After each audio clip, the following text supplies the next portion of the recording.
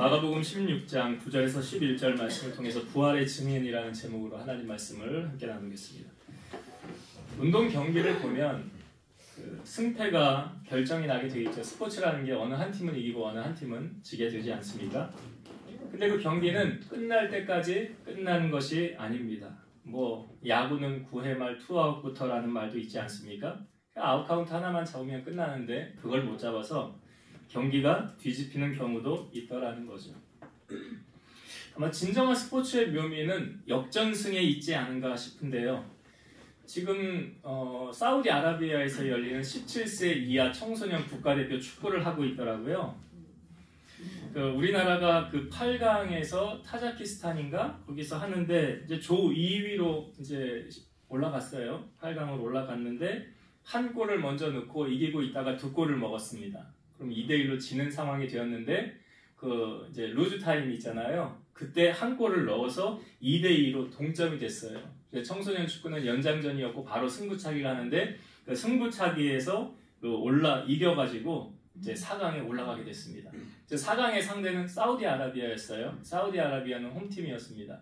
우리나라가 이제 전반에 한 골을 넣어서 1대0으로 앞서가고 있었어요. 그리고 이제 후반도 다 지나고 추가 시간이 9분이 남았습니다. 이제 9분만 잘 지키면 결승전에 올라가는 거예요. 그런데 20초를 남기고 나서 페널티킥을 허용하게 된 겁니다. 20초만 버텼으면 이기는 건데요. 그래서 페널티킥을 주게 돼서 사우디가 페널티킥을 넣었어요. 그리고 나서 경기는 바로 이제 끝나게 되었고 승부차기에 들어가게 됐습니다.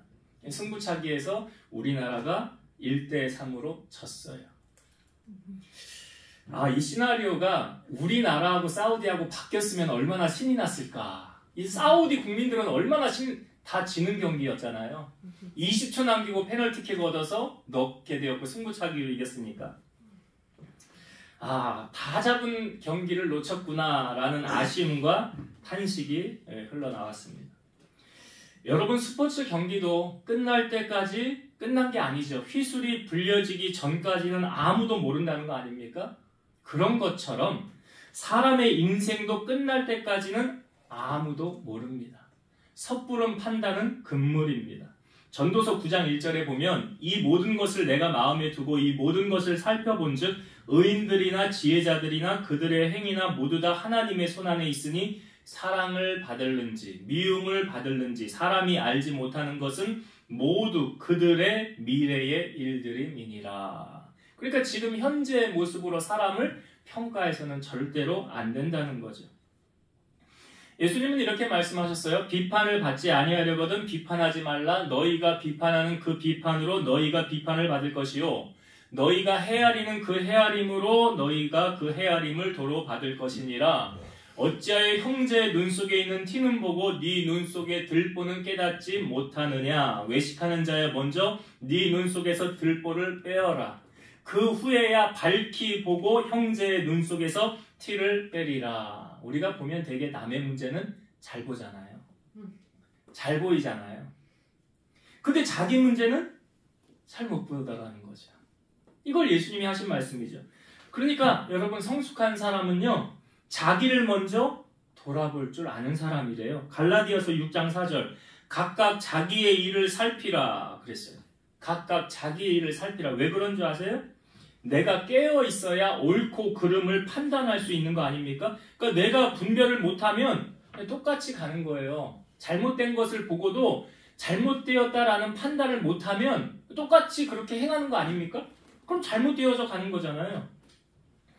베드로 후서 2장 20절에서 22절 만일 그들이 우리 주 되신 구주 예수 그리스도를 알므로 세상의 더러움을 피한 후에 다시 그 중에 얽매이고 지면 그 나중 형편이 처음보다 더 심하리니 의의 도를 안 후에 받은 거룩한 명령을 저버리는 것보다 알지 못하는 것이 도리어 그들에게 나으니라. 참된 속담에 이르기를 개가 그 토하였던 것에 돌아가고 돼지가 씻었다가 더러운 구덩이에 도로 누웠다 하는 말이 그들에게 응하였도다.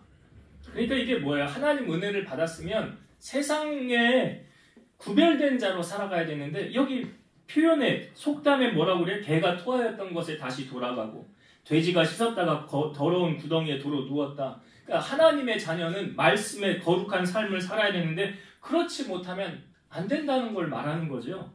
여러분, 예수님을 믿으면 삶의 변화가 일어나게 되어 있다는 거죠. 왜 그렇습니까? 하나님이 싫어하는 것을 멀리하게 되고 하나님이 기뻐하시는 것을 행하게 되기 때문에 그렇습니다. 그러니까 마귀의 일을 멀리하고 성령으로 충만케 하는 일에 힘쓰게 되더라는 거예요. 그래야만이 깨어있고 분별하는 자가 될 수 있다는 거죠. 갈라디아서 6장 1절 형제들아 사람이 만일 무슨 범죄한 일이 드러나거든 신령한 너희는 온유한 심령으로 그러한 자를 바로잡고 너 자신을 살펴보아 너도 시험을 받을까 두려워하라. 그러니까 내가 깨어있지 않으면 이게 죄인지 아닌지 모른다는 거잖아요. 그러니까 신령한 너희는 바로잡아주라. 잘못된 것을 보고 그냥 넘어가지 말라. 그래서 우리가 신앙생활 하면서도 잘한 거에는 물론 하나님의 상급이 따르고 칭찬이 따르죠. 못한 거는 하나님의 심판과 벌이 따르지 않습니까? 그래서 이 에베소서 5장 11에서 13절 말씀에 보면 너희는 열매 없는 어둠의 일에 참여하지 말고 도리어 책망하라. 그들이 은밀히 행하는 것들은 말하기도 부끄러운 것들이라. 그러나 책망을 받는 모든 것이 빛으로 말미암아 드러나나니 드러나는 것마다 빛이니라. 어둠의 일에 참여하지 말고 뭐 하래요? 책망하라 그러잖아요. 왜 책망하래요? 책망을 받는 모든 것이 어둠이 물러가고 빛이 드러난다는 거예요. 빛이 드러난다. 이스라엘 백성들이 시딤이라는 지역에서 모압 여인들이 이스라엘 남자들을 초청해서 성적으로 타락하게 만들고 우상을 섬길 때 거기 같이 엎드려서 우상을 섬기고 우상의 제물을 먹게 되지 않습니까? 그러므로 하나님이 진노하셔서 모세에게 이렇게 말씀하셨어요. 12두령을 나무 위에 달아서 죽여라 그랬는데 모세가 그렇게 말하지 않았어요. 그냥 바알볼에 가담한 사람들을 죽이라 이렇게 말했어요. 그리고 나서 연병이 이스라엘에게 돌기 시작합니다. 하나님의 진노가 임한 거예요. 근데 그때 이스라엘 자손의 한 사람 시므리라는 사람이 있는데 이 시므온의 조상의 가문의 한 지도자예요. 이 사람이 미디안의 여인 고수비라는 여인을 이 고수비는 수르의 딸 미디안 백성 조상 가문의 수령의 딸인데 이 시므리가 이 모세와 온 회중 보는 앞에서 미디안의 한 여인 고수비를 데리고 그의 형제에게로 와서 자기 장막에 데리고 들어갑니다. 자기 막사에 데리고 들어가요. 근데 그 모습을 보고 나서 비느하스가 손에 창을 들고 그 막사로 들어가서 남자와 여자를 배를 찔러서 두 사람을 다 죽입니다. 근데 그 다음에 성경에 보면 연병이 그치더라 라는 표현이 있어요. 하나님의 연병이 그쳤다는 거예요. 자, 여러분, 비느하스가 한 행동은 두 사람을 죽였잖아요. 잘한 겁니까? 잘못한 겁니까? 반응을 이렇게 좀 해주셔야 제가 이렇게 한다고 그랬죠. 두 사람을 죽였어요. 이스라엘 남자와 이 미디안의 여자를 죽였어요. 비느하스가 잘한 거예요? 잘못한 거예요? 네? 사람을 죽인 건 잘못했다. 네, 사람을 죽인 건 잘못한 거다. 근데 하나님은 비느하스가 잘했다고 그랬을까요? 못했다고 그랬을까요? 잘했다. 예, 그 성경을 여러분 읽어보신 분들은 다 알 거예요. 그 다음에 하나님이 비느하스에게 나타나셔서 이렇게 말씀하세요. 내 속에서 질투심이 끓어오르는 것을 알고 그 두 사람을 잘 없앴다. 그러므로 내가 더 이상 이스라엘에게 화를 내리지 않겠다. 죽는 사람이 더 이상 나오지 않게 하겠다. 하나님 비느하스에게 잘했대요. 우리가 보기엔 사람을 죽였는데 뭘 잘해? 라고 말할 수 있잖아요. 근데 하나님은 잘했대요. 우리 이런 상황도 있잖아요. 그 다윗이 법궤를 옮길 때 그 우사가 법궤 떨어지는 거 손으로 딱 받쳤잖아요. 잘한 거예요? 잘못한 거예요? 그 떨어지는 거 망가지면 안 되니까 손으로 받친 건 잘했네. 그죠? 근데 하나님 뭐라고 그래요? 우사가 잘못함으로 말미암아 그를 치사, 그가 거기서 죽었더라. 죽었어요. 그러니까 잘하고 잘못하는 기준은 사람의 기준에서 보면은 안 되는 거예요. 하나님의 기준으로 봐야 돼요. 그래서 비느하스하고는 하나님이 영원한 평화의 언약을 맺으면서 내가 너의 후손에게 영원한 제사장의 직분을 너에게 맡기리라 그러잖아요. 하나님 축복이 그에게 임한 거 아닙니까? 제가 신앙생활을 하면서도 여러분 우리 다 마찬가지로 느낄 거예요. 이렇게 잘한 거는 보면 칭찬해주고 싶고 잘못한 거는 보면 뭐 책망을 하든지 아니 뭐 바로 똑바로 가게 하든지 우리의 눈에 뜰 때가 있지 않습니까? 그러면 그 눈에 띄었을 때 어떻게 대처를 해야 되는가 고민이 되지요. 디모데후서 2장 24에서 26절 주의 종은 마땅히 다투지 아니하고 모든 사람에 대하여 온유하며 가르치기를 잘하며 참으며 거역하는 자를 온유함으로 훈계할지니 혹 하나님이 그들에게 회개함을 주사 진리를 알게 하실까 하며 그들로 깨어 마귀의 올무에서 벗어나 하나님께 사로잡힌 바 되어 그 뜻을 따르게 하실까 함이라. 그냥 이 말씀을요 제가 그냥 설교 준비하면서 쉽게 그냥 적용을 한번 해볼게요. 적용을. 어떤 성도가 교회를 못 왔네요. 교회를 못 왔어요. 그러면 이제 전화를 하든지 뭐 찾아가든지 만나야 될 거야. 만났어요. 그리고 이렇게 권면을 하는 거예요. 주일날 빠지면 어떻게 합니까? 구약시대 같았으면 당신 죽었습니다. 구약시대는 안식일 안 지키면 죽이라고 그랬잖아요. 다음부터는 무슨 일이 있어도 빠지지 마세요. 바른 말 해주는 거예요? 아니에요?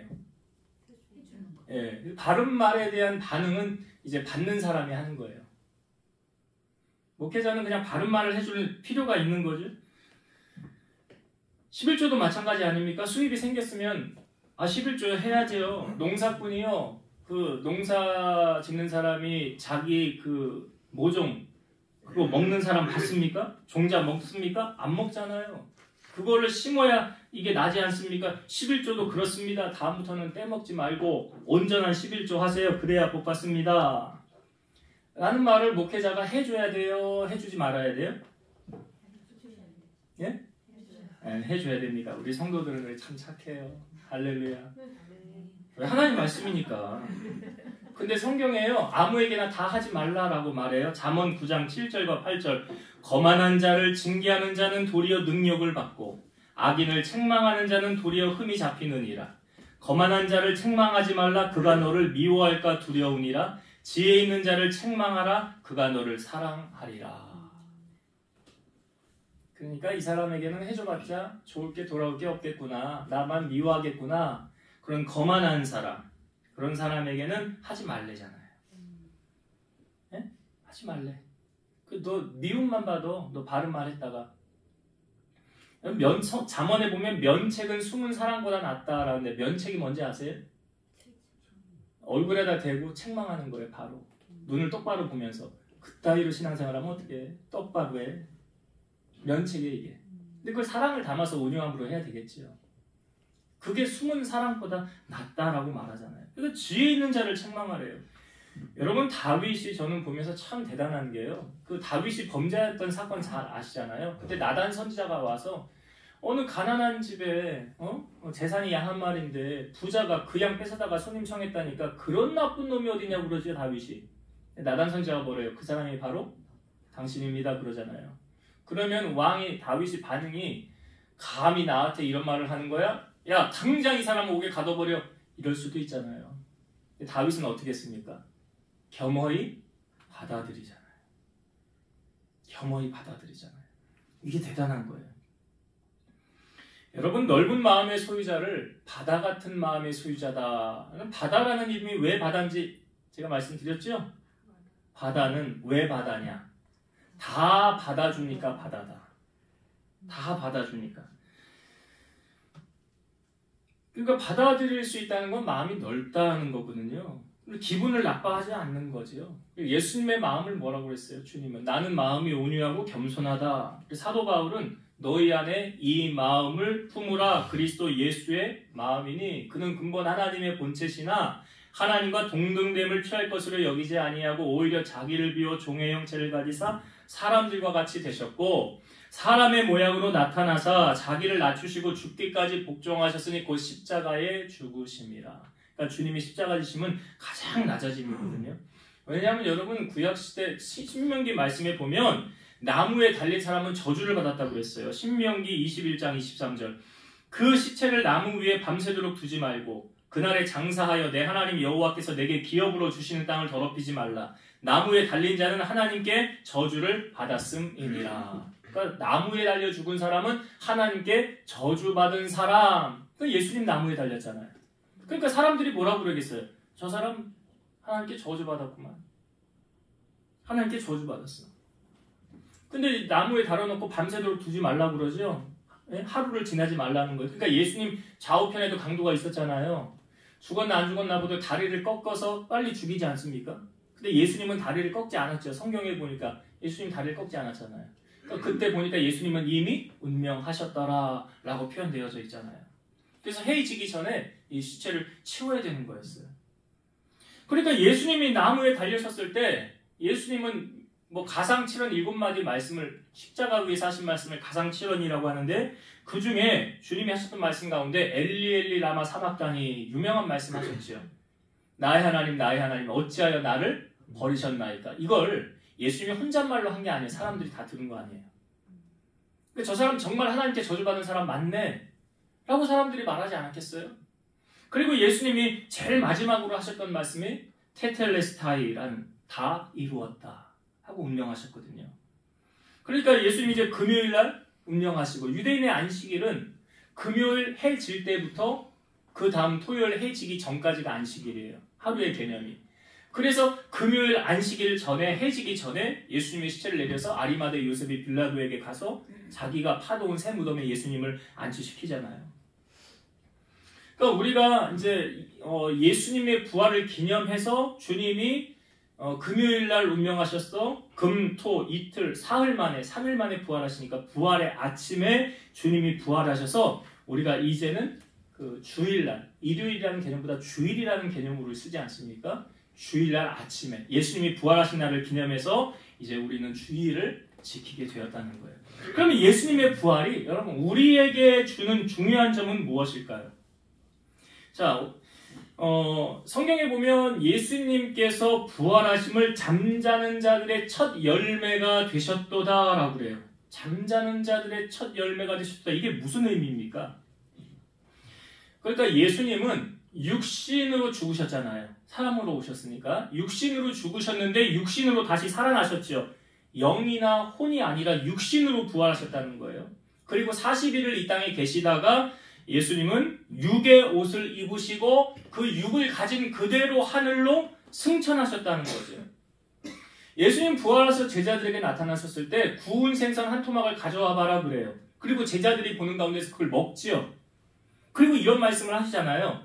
영은 살과 뼈가 없으되 너희 보는 바와 같이 나는 있느니라. 그러니까 예수님이 육을 입고 나타나셨다, 오셨다는 것을 지금 보여주고 계시고 육을 입은 그 주님께서 사도행전 1장에 보면 하늘로 그대로 승천하시잖아요. 영이 승천한 게 아니라고 육이 승천하는 거예요. 고린도전서 15장 부활장에 15장 51에서 53절 보라 내가 너희에게 비밀을 말하노니 우리가 다 잠잘 것이 아니요 마지막 나팔에 순식간에 호련히 다 변화되리니 나팔 소리가 나매 죽은 자들이 썩지 아니할 것으로 다시 살아나고 우리도 변화되리라. 이 썩을 것이 반드시 썩지 아니할 것을 입겠고 이 죽을 것이 죽지 아니함을 입으리로다.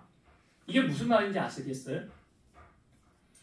여기 좀 이게 무슨 말이야? 썩지 아니할 것이 썩지 아니할 것으로 다시 살아난대잖아요. 변화된대잖아요. 그러니까 우리 육이 죽으면 그냥 육은 묻혀서 끝나는 것 같지요. 그 영만 남은 것 같지요. 그게 아니에요. 그게 아니라고요. 만약에 영만 있으면 영은 고통을 알아요, 몰라요? 모르잖아요. 육을 입어야 고통을 아는 거잖아요. 그럼 왜 지옥에 가면 영원히 뜨거운 불에서 고통한다. 그 영이 들어가서 고통하는 건가요? 아니잖아요. 육이 들어가서 고통하는 거라고요. 그러니까 뭘 말하는 거예요? 그 부활은? 아, 육도 부활하는구나. 예수님이 육이 부활하셨듯이 우리의 육도 흙으로 다 돌아가는 것 같지만 실상은 우리가 다 부활한다는 거예요. 요한복음 5장 24절 내가 진실로 너희에게 이르노니 내 말을 듣고 또 나 보내신 이를 믿는 자는 영생을 얻었고 심판에 이르지 아니하나니 사망에서 생명으로 옮겼느니라. 우리가 오늘 부활의 아침에요. 주님의 부활 소망은 우리가 주님과 함께 영원한 하나님의 나라에 입성한다는 것을 확증시켜주는 사건이거든요. 이건. 그러니까 예수님의 부활이 실제적인 사건이라는 것이 그 그 예수님의 부활을 직접 목격한 사람들이 있지 않습니까? 증인들이 있잖아요. 그 부활장에 보면 사도 바울이 쭉 기록해 놓았어요. 게바에게 보이시고 베드로, 12 제자에게와 500여 형제에게 일시에 보이셨고, 야고보 예수님의 동생에게 보이셨고, 모든 사도에게 보이셨고, 맨 나중에 만삭되지 못하여 난 자 같은 나 사도 바울에게도 보이셨더라. 근데 여기 사도 바울이 소개한 사람들 외에 다른 사람들이 또 있죠. 예수님의 그 주일날 아침에 돌무덤, 예수님의 무덤에 일찍 찾아간 여인들이 있었잖아요. 그리고 누가복음의 마지막 장에 나오는 엠마오로 가는 두 제자, 글로바라는 제자와 다른 한 제자, 이름이 나오진 않지만 그 두 제자에게 예수님이 나타나셔서 말씀을 풀어주실 때 심령에서 뜨거움을 입지 않았습니까? 주님을 그때 만났잖아요. 여러분, 예수님의 부활을 가장 먼저 목격한 사람은 누구지요? 오늘 본문에 소개되고 있습니다. 막달라 마리아. 9절 말씀을 다시 한번 볼까요? 여기 9절 말씀에 저는 이 말씀이 좀 강조가 됐더라고요. 제가 다시 읽어볼게요. 예수께서 안 씻고 첫날 이른 아침에 살아나신 후 전에 7 귀신을 쫓아내어 주신 막달라 마리아에게 먼저 보이시니. 자, 지금 예수님의 부활을 그러니까 가장 먼저 목격한 사람이 누구라고요? 여기 먼저 보이시니 그랬잖아요. 가장 먼저 첫 번째로 부활하신 주님을 만난 사람이 누구냐? 바로 막달라 마리아더라. 근데 막달라 마리아를 소개할 때 어떻게 소개합니까? 7 귀신을 쫓아내어 주신. 그러니까 그 사람 안에 7 귀신이 들었었다는 거잖아요. 이 막달라 마리아가 성경에 가장 먼저 소개하는 부분이 누가복음 8장 1절에서 3절입니다. 그 후에 예수께서 각 성과 마을에 두루 다니시며 하나님의 나라를 선포하시며 그 복음을 전하실세 12 제자가 함께하였고, 또한 악귀를 쫓아내심과 병고침을 받은 어떤 여자들 곧 7 귀신이 나간 자 막달라인이라 하는 마리아와 헤롯의 청지기 구사의 아내 요한나와 수산나와 다른 여러 여자가 함께하여 자기들의 소유로 그들을 섬기더라. 여기 막달라 마리아가 가장 먼저 소개되고 있죠. 똑같이 소개하고 있습니다. 막달라 마리아 하면 뭐가 떠오르냐면 7 귀신 들렸던 사람. 7 귀신 들렸던 사람. 예수님이 사역을 하시면서요, 귀신 들려서 말 못하고 눈이 먼 사람이 있었어요. 이 귀신 들려서. 그래서 예수님이 귀신을 쫓아내줬어요. 그랬더니 말도 하고 앞도 보게 되는 거예요. 근데 이 더러운 귀신이 나갔을 때에 물 없는 곳으로 다니며 쉬기를 구하였으나 얻지를 못했어요. 자기가 쉴 곳을 찾지 못했어요. 그래서 이 귀신이 뭐라고 그러냐면 내가 나온 내 집으로 돌아가리라. 그러니까 그 사람의 마음 안에 그 자기 집이로 표현하는 거잖아요. 그 사람에게 다시 갔더니 어떻게 되었대요? 그 집이 비고 청소되고 수리되었더라. 그래서 이 사람이 들어갔는데 저보다 더 악한 귀신 7을 데리고 들어가서 이 사람의 나중 형편이 전보다 더욱 심하게 더 악하게 되었더라. 그러니까 여러분, 막달라 마리아가 7 귀신이 들렸다는 것은 대충 상상이 되시죠? 아, 이 사람은 정상적인 생활을 할 수 없는 사람이었구나. 상당히 힘들고 어렵게 그렇게 살아왔던 사람이었구나. 그런데 그 사람이 예수님을 만나고 예수님이 귀신을 쫓아내줬다는 거 아닙니까? 그러니까 그 은혜가 너무 고마워서 예수님을 따라다니며 예수님을 섬기는 자가 됐다는 거예요. 그러니까 자기들의 소유로 예수님 제자들을 섬겼더라 라고 표현되어져 있잖아요. 귀신 들려서 괴롭게 된 인생을 자유케 하시고 주님을 섬길 수 있게 된 것이 얼마나 감사합니까? 그 받은 은혜와 사랑을 잊지 않고 평생을 주님께 헌신하고 충성했던 사람이 바로 막달라 마리아였어요. 안 씻고 첫날 부활의 아침에 주님 앞에 가장 먼저 달려간 사람도 바로 이 막달라 마리아였어요. 여러분, 왜 예수님께서, 질문 드릴게요. 왜 예수님께서 이 사람을 가장 먼저 만나주셨을까요? 왜 막달라 마리아를 가장 먼저 만나주셨을까요? 12 제자도 있고 70여 제자도 있고 또 그 외에 다른 사람들도 많잖아요.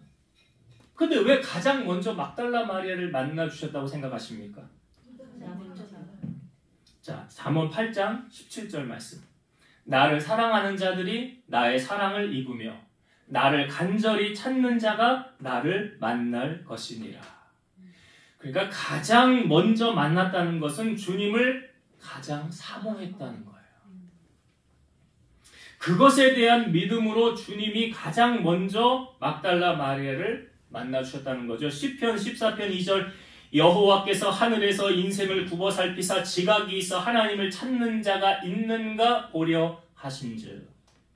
하나님이 하늘에서 누가 나를 찾지? 보신대잖아요. 우리가 왜 하나님을 못 만납니까? 하나님을 난 하나님이 아니어도 돼요. 난 하나님 아니어도 다른 뭐가 대체하면 돼요. 그러니까 간절히 하나님을 찾는 그런 마음이 우리 가운데 있냐 이 말이죠.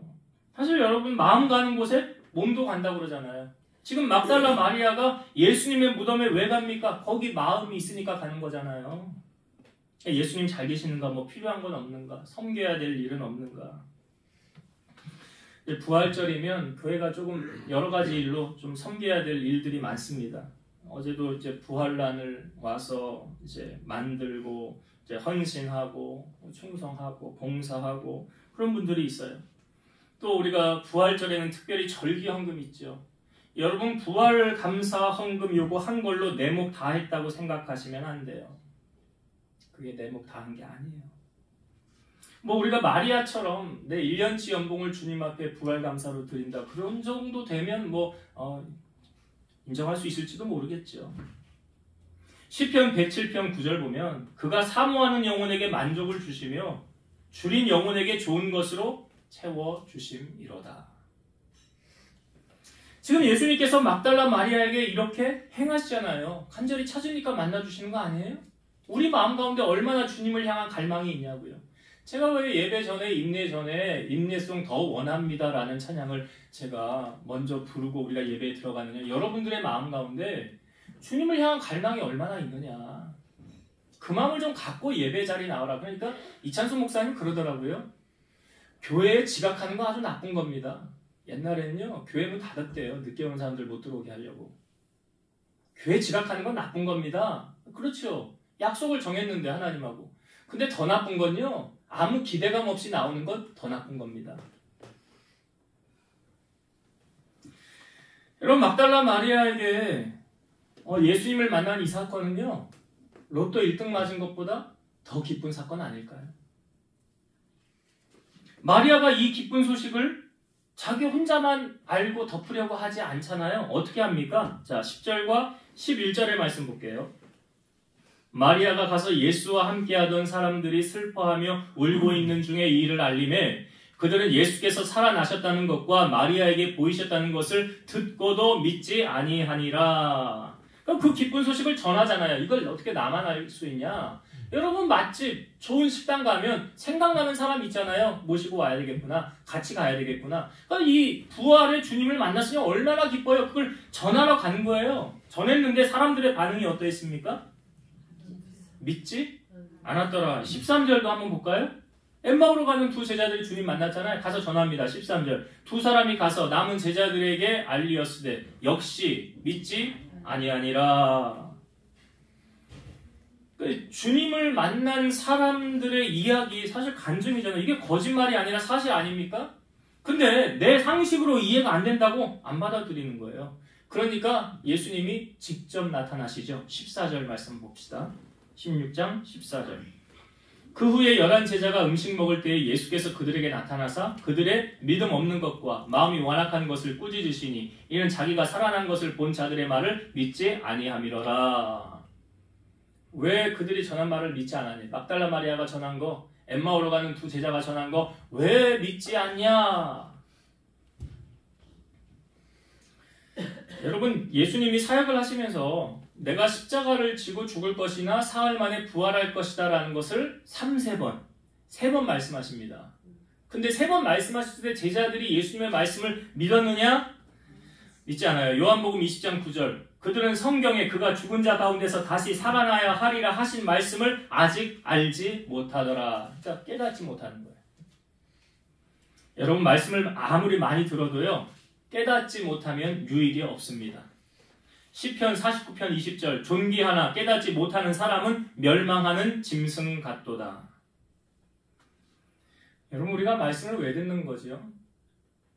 믿음이 자라기 위해서 듣는 거죠. 믿음은 들음에서 나며 들음은 그리스도의 말씀으로 말미암느니라.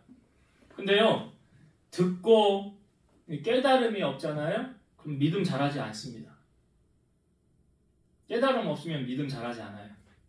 그러니까 깨달으면 반드시 따라와야 되는 것이 있어요. 내가 그 말씀을 듣고 깨달았다? 아, 이렇게 신앙생활 하는 거구나? 그럼 그 다음에 따라와야 되는 게 있어요.